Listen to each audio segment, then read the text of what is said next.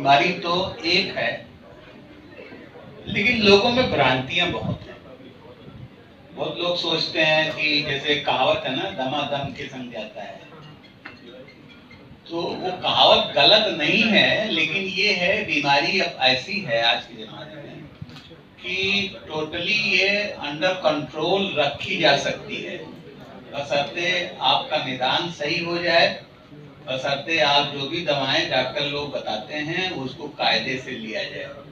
जैसे शुरुआती पहचान क्या है? जैसे मैं बस दोनों के शुरुआती में सांस का अटैक पड़ता है, खासकर जब मौसम बदलता है तो बढ़ जाता है, और ऐसी बीमारी मोस्टली क्योंकि मतलब एलर्जिक होती है तो फैमिलीज में भी, उनके माता पिता में भी किन्हीं में से एक बीमारी पाई जाने की संभावना रहती है। लेकिन जो सबसे खुशी की बात है, आज हम अगर 2024 में बात कर रहे हैं तो अब इतनी अच्छी दवाएं आ गई हैं कि आदमी अपना बिल्कुल नॉर्मल जीवन बिता सकता है, डरने की आवश्यकता नहीं है। और जो मैं तो ये कहता हूँ, वो जो कहावत थी वो ठीक है, बीमारी को जैसे मैं अक्सर ट्यूबरकुलोसिस से इक्वेट करता हूँ।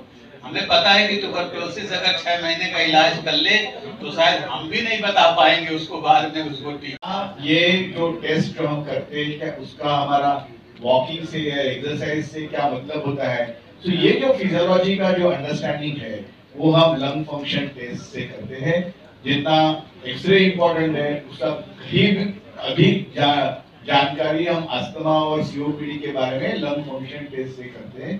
कभी कभी लंग फंक्शन टेस्ट ही वो बीमारी की जानकारी देती है। जैसे आपने पूछा, दम के कारण, हार्ट के कारण भी दम लग सकता है, अस्थमा के कारण भी दम लग सकता है, खून कम होने के कारण भी दम लग सकता है। तो ये जो दम है उसमें वो अस्थमा है, लंग के कारण दम है क्या और दूसरे कारण दम है, तो वो समझने के लिए ये लंग फंक्शन टेस्ट बहुत इम्पोर्टेंट है। आम आदमी को क्या संदेश देना चाहेंगे, किस तरह से प्रिकॉशन हो आम आदमी जो एकदम लेमैन आदमी? देखिए, जैसे यहाँ पे कंसेप्ट पूरा आप ग्रीन का भी देख रहे हैं, तो आम आदमी को भी इस ग्रीन रेवोल्यूशन में सहयोग करना पड़ेगा।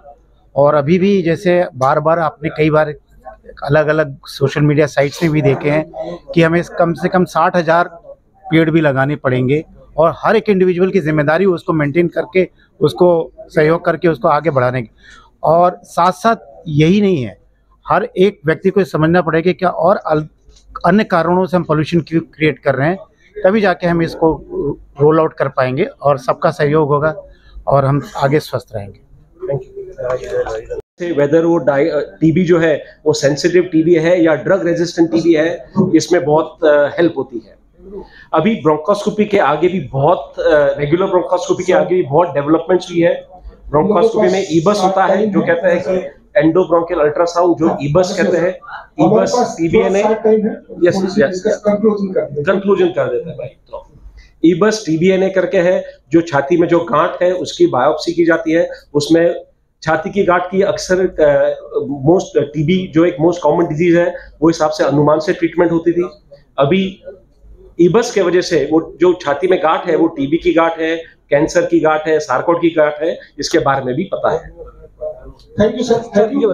बढ़ रहा है पूरे वातावरण में, पोल्यूशन से श्वास रोग बढ़ता है, उससे आदमी अवेयर हो रहा है, लेकिन कैसे बचे वो? प्रदूषण से सिर्फ सांस रोग नहीं बढ़ता है, प्रदूषण के और बहुत साइड इफेक्ट्स होते हैं हमारे शरीर के ऊपर, जैसे कि ब्रेन में स्ट्रोक हो सकता है। प्रदूषण क्या होता है बेसिकली? प्रदूषण में आते हैं डस्ट आती है, टॉक्सिक गैसेस आती हैं। सो ये जब हम सब इनहेल करते हैं, हमारे लंग्स के अंदर जाती है, तो वो एक इन्फ्लेमेटरी कैस्केड ट्रिगर ऑफ करती हैं, जिसकी वजह से पूरे शरीर के ऊपर इम्पैक्ट पड़ता है। उसकी वजह से हार्ट के ऊपर असर आ सकता है, हार्ट अटैक हो सकता है, ब्रेन स्ट्रोक्स हो सकते हैं, लंग्स में कैंसर बन सकता है, अस्थमा बन सकता है, इंटरस्टिशियल लंग डिजीज बन सकती हैं, इन्फेक्शन ज़्यादा हो सकती हैं। जो प्रेग्नेंट लेडीज़ हैं उनमें बच्चे जो अभी बच्चा पैदा भी नहीं हुआ है उसकी भी ज़िंदगी के ऊपर इम्पैक्ट पड़ सकता है, स्टंटेड ग्रोथ हो सकते हैं। तो बहुत इम्पैक्ट होता है एयर पोल्यूशन का। में इसका अच्छे से स्थापित विभाग है जिसे कि रेस्पिरेटरी मेडिसिन विभाग कहते हैं, और वहाँ पर हमारे चिकित्सकों की अच्छी टीम है, और वहाँ पर जो अत्याधुनिक इंस्ट्रूमेंट है, इक्विपमेंट है, मशीनें हैं, जैसे पल्मोनरी फंक्शन टेस्ट की मशीन वो भी है। साथ में जो एक्सरे विभाग है जिसे रेडियोलॉजी विभाग कहते हैं, वहाँ पर CT scan, MRI, x ray chest वगैरह है।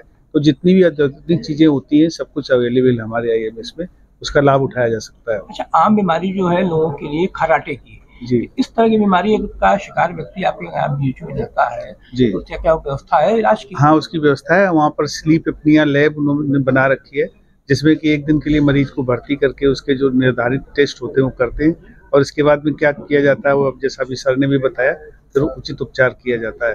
तो कैसे उसका उपचार हो उसके बारे में पूरी व्यवस्था है वहाँ पर है। और हम लोग रिस्पिरेटरी कंट्रोल कॉन्फ्रेंस हमेशा last week of the June में मनाते हैं, और डॉक्टर्स डे की पूर्व संध्या है, तो ये हमारे लिए और खुशी की बात है। और रिस्पिरेटरी कंट्रोल कॉन्फ्रेंस का पर्पज ये है कि हम कम समय में कितना अधिक अच्छा नॉलेज दे सकते हैं चेस्ट बीमारियों के संबंध में। हमारे साथ कई सारे एक्सपर्ट जुड़ चुके हैं, अभी तक 35 से ज़्यादा एक्सपर्ट जुड़ चुके हैं विभिन्न जगहों से, और आज हमारे साथ टीम भी है और जो दिल्ली, बम्बई, कलकत्ता से आई हुई है, उन सब के साथ हम रूबरू हो गए।